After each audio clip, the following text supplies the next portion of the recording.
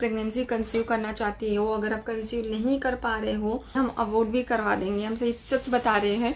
और ये जो मेरी प्रेगनेंसी है ये नॉर्मल नहीं है। जैसे ये वाली जो प्रॉब्लम होती है, कहते हैं 38 से लेके 32 की एज में ज़्यादा होती है।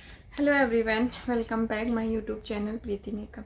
सो गाइज, फाइनली मेरी रिपोर्ट आ गई और रिपोर्ट आने के बाद मैं थोड़ा सा बेड रेस्ट पे थी क्योंकि मुझे प्रॉब्लम हो रही थी और मैं उस टाइम ये अल्ट्रासाउंड की रिपोर्ट आप लोगों के साथ शेयर नहीं कर सकती थी। मेरी कंडीशन ऐसी थी, मैंने आप लोगों को बताया था कि मेरी ब्लीडिंग हो रही है और चीज़ें इस टाइम में बहुत ज़्यादा उथल पुथल हो गई थी।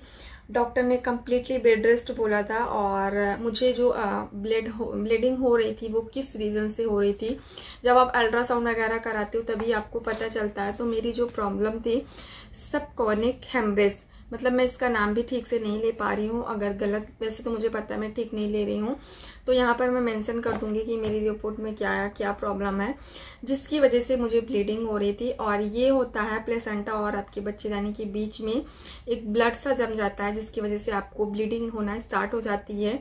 ये कभी कभी जब आप अल्ट्रासाउंड वगैरह कराते हो तो उसमें दिखता है, या फिर जब आपको ब्लीडिंग स्टार्ट होती है, आप डॉक्टर के पास जाते हो, डॉक्टर अल्ट्रासाउंड कराते हैं तो फिर पता चलता है कि हाँ इस वजह से आपको ब्लीडिंग हो रही है। एक तो इंटरनल यानी कि अंदर ही हो रहता है और दूसरा बाहर आ जाता है। तो जो मेरी ब्लीडिंग हो रही थी वो मेरी इंटरनल नहीं थी, यानी कि अंदर वाली ब्लीडिंग नहीं थी, बाहर की थी, जिसकी वजह से मुझे ये प्रॉब्लम हुई। और जब ये डॉक्टर ने टेस्ट कराया तो उसी समय इस रिपोर्ट में मतलब ये सारी चीजें आ गई थी। तो जब ये चीज़ें मैंने सुनी तो मुझे तो कुछ समझ में नहीं आ रहा था कि मतलब कि अब मैं करूँ क्या। मैंने बहुत ज़्यादा चीज़ें देखी, समझी, यूट्यूब पर भी सर्च किया। और अगर आप इसको नॉर्मल प्रेगनेंसी में लेते हो जैसे हमारी नॉर्मल प्रेगनेंसी होती है तो ये बिल्कुल भी वैसी नहीं है, क्योंकि इसमें मान के चलिए अगर हम 100 यानी कि 100 औरतों का, 100 महिलाओं का टेस्ट करवाते हैं अल्ट्रासाउंड, तो उनमें से 3 लोगों को ये प्रॉब्लम हो सकती है। मैंने तो कभी नहीं सोचा था कि ये प्रॉब्लम मेरे साथ होगी। और एक चीज़ मैं आपको और बता दूं कि अगर आप प्रेगनेंसी कंसीव करना चाहते हो, अगर आप कंसीव नहीं कर पा रहे हो, आपकी एज 22, 23, 24 है, तो आप जल्दी से जाओ डॉक्टर को दिखाओ। पहले तो ट्राई करो, फिर डॉक्टर को दिखाओ, एडवाइस लो और प्रेगनेंसी जितनी जल्दी हो सके 30 की एज से पहले आप कंसीव कर लो। क्योंकि ये जो प्रॉब्लम होती है ना, जब से हमारे बड़े बुजुर्ग पहले कहते थे कि जितनी जल्दी, जितनी अच्छी एज में प्रेगनेंसी हो जाए उतना अच्छा होता है, बच्चा भी मैच्योर होता है। ये नहीं कि कच्ची उम्र में, बहुत कम उम्र में नहीं, एक जो होती है एज आपकी, उस उम्र में आपकी प्रेगनेंसी हो जाए तो कोई भी प्रॉब्लम नहीं होती। जैसे मेरे फर्स्ट बेबी में मुझे कोई भी प्रॉब्लम नहीं हुई थी, मतलब कुछ भी नहीं। एक होता है ना कि बस मुझे वोमिटिंग और जो होता है ना जेनेटिक प्रॉब्लम होती है, वो सारी चीजें तो सबको होती, बस वो प्रॉब्लम थी। लेकिन इसमें मुझे इतनी प्रॉब्लम हो रही, और ये वाली जो प्रॉब्लम होती है, कहते हैं 38 से लेके 32 की एज में ज्यादा होती है। तो आपको जब भी प्रेगनेंसी कंसीव करना है तो आप एक प्लान कर लो, और हमें फर्स्ट बेबी, सेकंड बेबी कब चाहिए उसके अकॉर्डिंग जितनी जल्दी हो सके 28 के पहले कर लो ताकि ये प्रॉब्लम ना हो, ठीक है। सेकेंड चीज, जब मैंने ये चीजें सुनी तो मुझे थोड़ा सा डर लग रहा था। हम लोगों ने सोचा था कि हम अवॉइड भी करवा देंगे, हम सच बता रहे हैं, क्योंकि जब खुशी हाथ से लगता है कि होगी नहीं होगी, चली जाएगी, क्या है, कुछ समझ में नहीं आता। लेकिन मैं आपको सजेस्ट नहीं करूंगी। फिर हमारी डॉक्टर ने हमें बहुत समझाया कि नहीं, इसीलिए तो हम अल्ट्रासाउंड करवा रहे हैं, इसमें रेगुलर अल्ट्रासाउंड होता है कुछ दिनों में।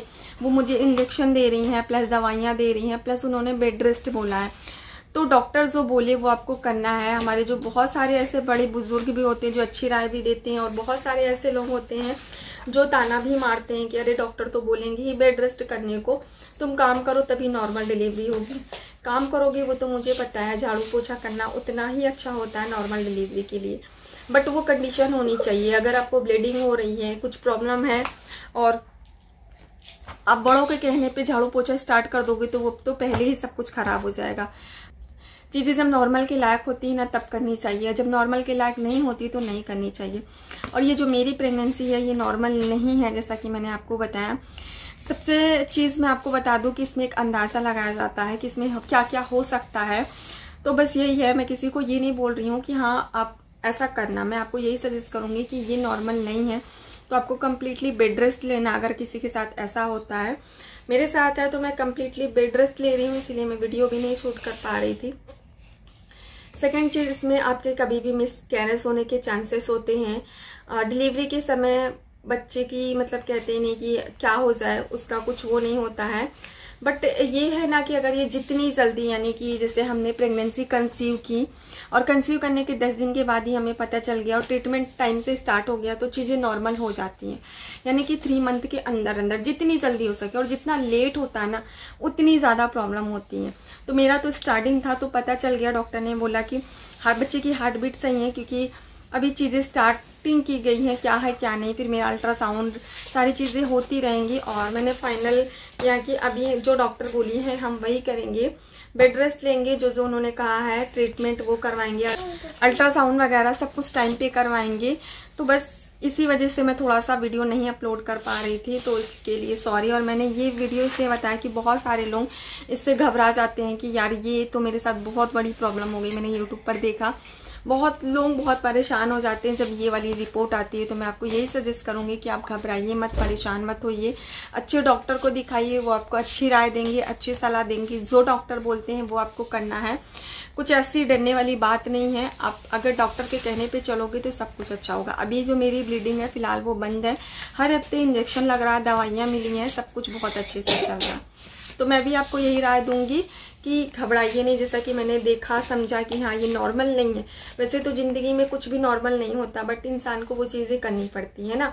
तो बस मैं आपको यही सजेस्ट करूंगी, अगर आपके साथ ऐसा कुछ होता तो परेशान मत होइए। जैसे मैं बहुत टेंशन में थी, बट अब नॉर्मल हूँ। बस आप लोगों की प्यार और सपोर्ट की ज़रूरत है। मैंने कहा आप लोगों को बता दूँ, क्योंकि आप लोग भी परेशान हो रहे थे और मैंने बोला था कि मैं बताऊँगी। तो चलो मिलते हैं एक प्यारी सी वीडियो के साथ। आज मैंने ब्लॉग भी शूट कर लिया। मिलते हैं एक प्यारी सी वीडियो के साथ, ब्लॉग ज़रूर देखिएगा। तब तक के लिए बाय।